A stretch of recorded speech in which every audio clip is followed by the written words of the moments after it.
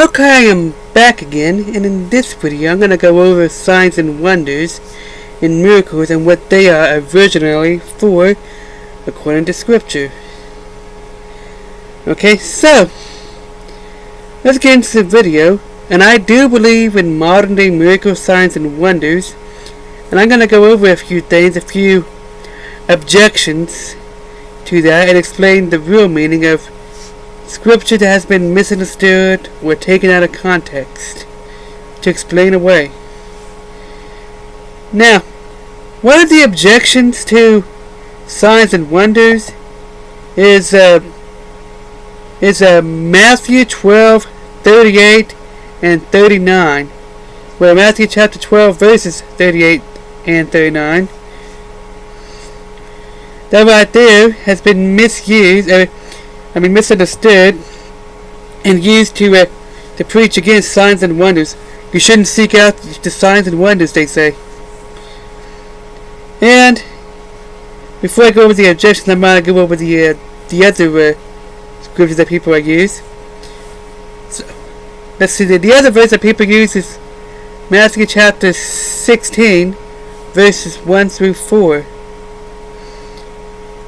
Let's see. So, let me read these scriptures and then get the original and then tell you what's going on here. In Matthew chapter 12, verses 38 and 39, say verse 38.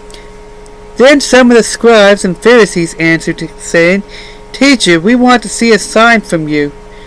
But he answered and said to them, An evil and adulterous generation seeks after a sign, and no sign will be given to it except the sign of the prophet Jonah.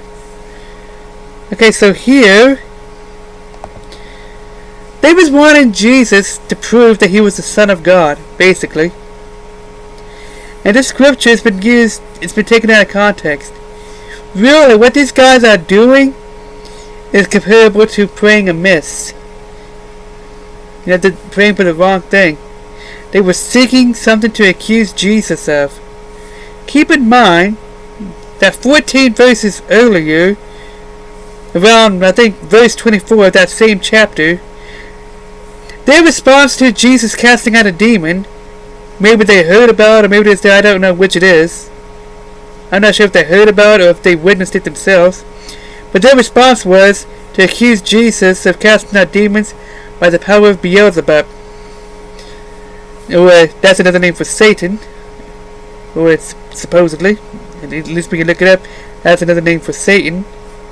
Basically accusing Jesus of being demon possessed is what that was doing. Like, casting out miracles through demonic power is what they were doing. That's basically what that was. And then Jesus' response to them, with response to that, goes from verses 25 to 37.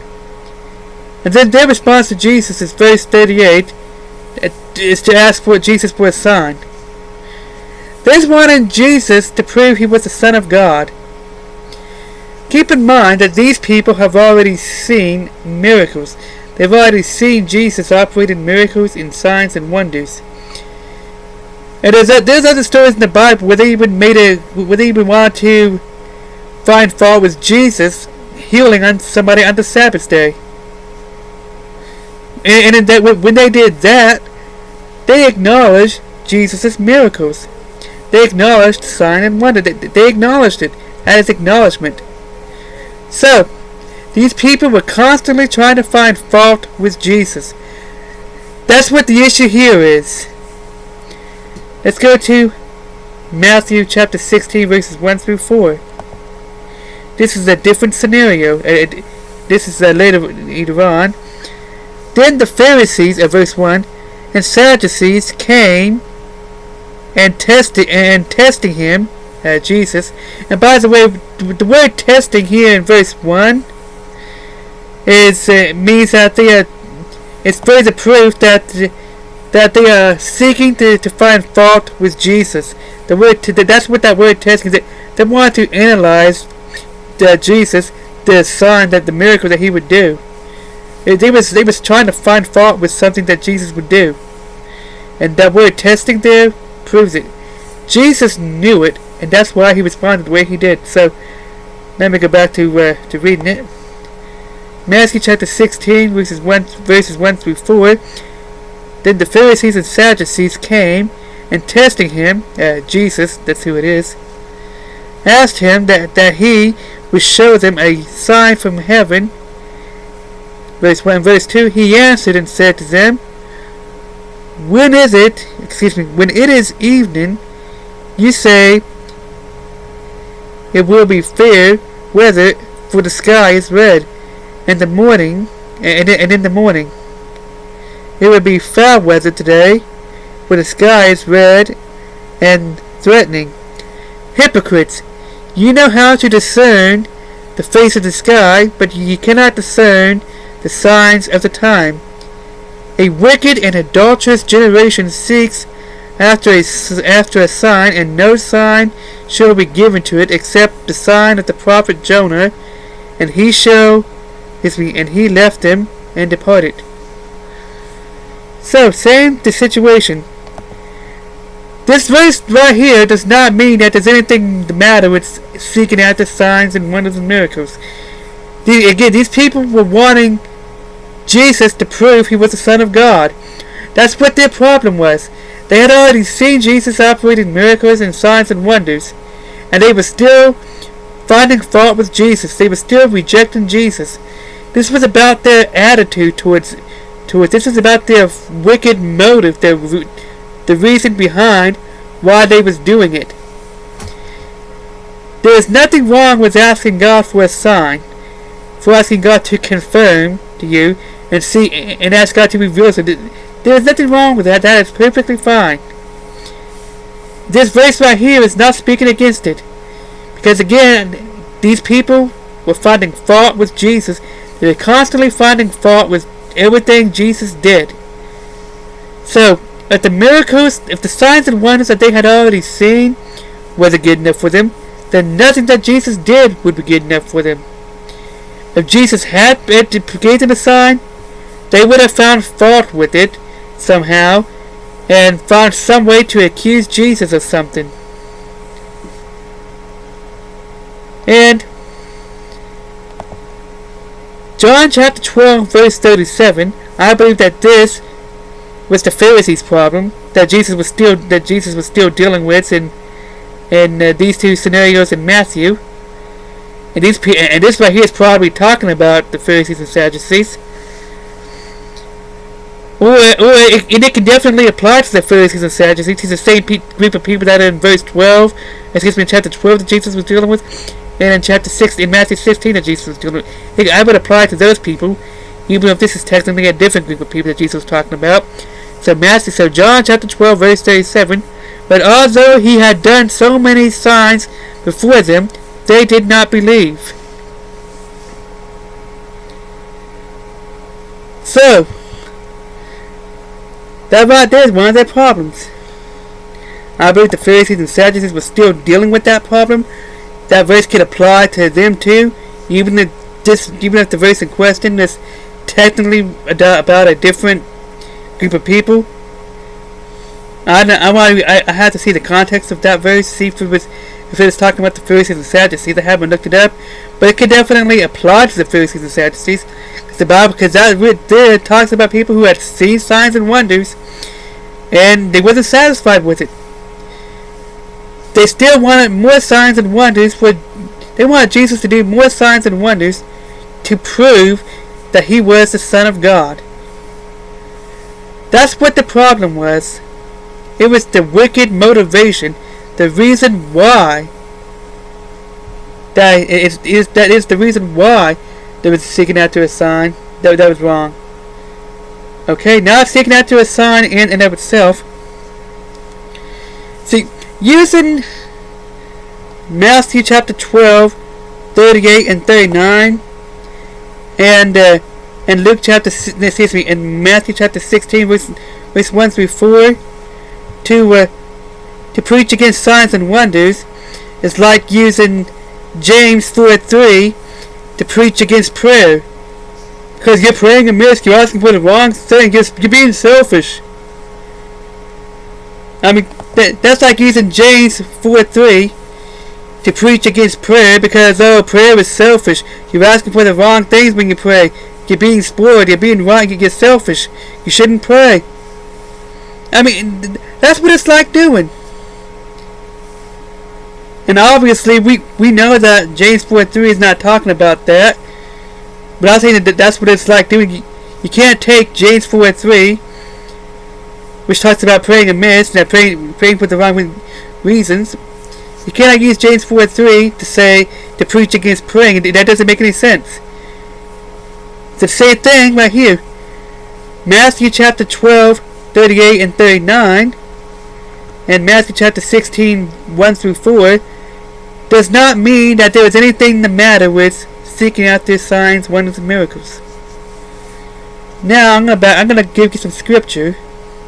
Oh yeah, another thing. I believe it's in 1 Corinthians chapter 13. I think somewhere around verse 10, maybe, where it talks about signs and wonders ceasing when that which is perfect has come. Well, now the phrase "that which is perfect" is referring to the second coming of Jesus Christ. In some churches and some denominations, some groups of people believe that the phrase "that which is perfect" is referring to the canon of Scripture, the Bible. They think that they believe and teach that the phrase "that which is perfect" is referring to the Bible. Like when the Bible is complete, that signs and wonders will cease. But there is no scripture that even remotely indicates that signs and wonders will cease upon completion of Scripture. But there's all kinds of Scripture indicating that signs and wonders will cease when they are no longer needed, and they will no longer be needed when Jesus comes back in the second coming. That which is that which is perfect is the second coming of Jesus. That is what that verse is about. Okay, there is no other place in the Bible that indicates signs and wonders and miracles ceasing upon the completion of the Bible. Okay? Nowhere in the Bible. There is all kinds of scripture in the Bible, and I'm going to give you some right here in this video, that indicates the signs and wonders are supposed to continue until the second coming of Christ. They never should have stopped. It doesn't make any sense that they stopped to begin with. And then you use circular reason where they stopped because you stopped believing for it, so therefore they must have ceased. Well, maybe the person who originally came up with that just they weren't seeing it for whatever reason that it may be, and they personally assumed that it had stopped, and they misunderstood those scriptures and used those scriptures out of context to preach that it has stopped, despite the fact that there is no scripture to indicate it. So, let's go to, let's go here to Mark chapter 3 verse 11. Let's see if I got that right. Well, no, I don't have time to go into that right there. So let's go to, let's see. Yeah, here. Let's go to Luke chapter. No, you know what? For the sake of time, I'm just going to give you the reference. The entire references are going to be in the Bible. So are going to be in the description of this video. So Luke chapter 24 verse 49. Acts chapter 1 verse 8, Acts chapter 14 verse 3, and here's what Acts chapter 14 verse 3 says: "Therefore they stayed there a long time, speaking boldly in the Lord, who was bearing witness."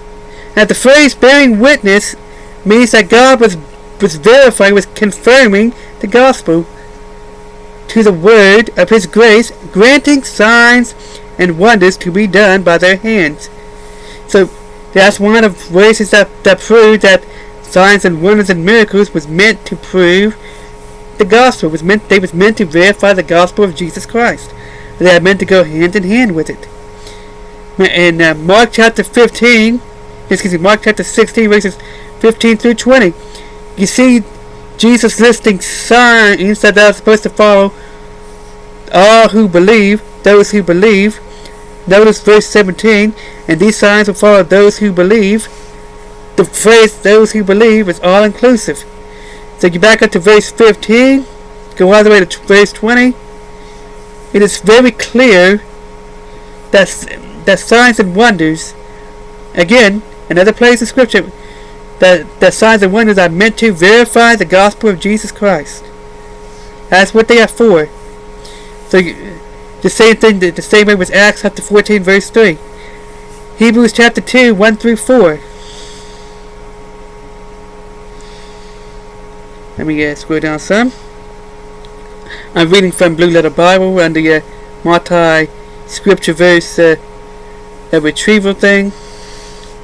So Hebrews chapter 2, verses 1 through 4. Now you read that again. Again, you see signs, especially in verse 4, you see signs and wonders being used to verify the gospel. It says the Spirit bearing witness. No, God Himself bearing witness is what that says. And bearing, with the phrase bearing witness, means confirming, verifying. That's what that's talking about. Let's see.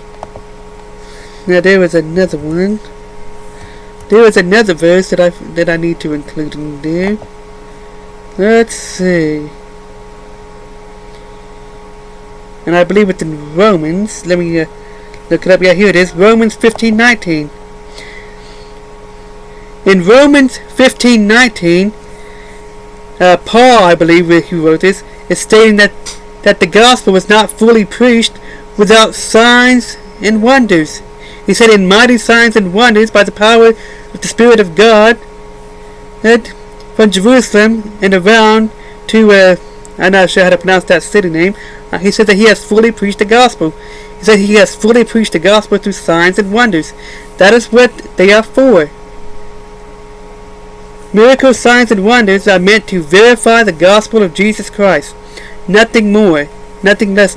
I do not know how we got into the whole idea of proving the existence of God with debates, with arguments, with apologetics. Now, they have their meaning, there's a place for that, but that by itself will not verify the existence of God. That by itself will not verify the gospel.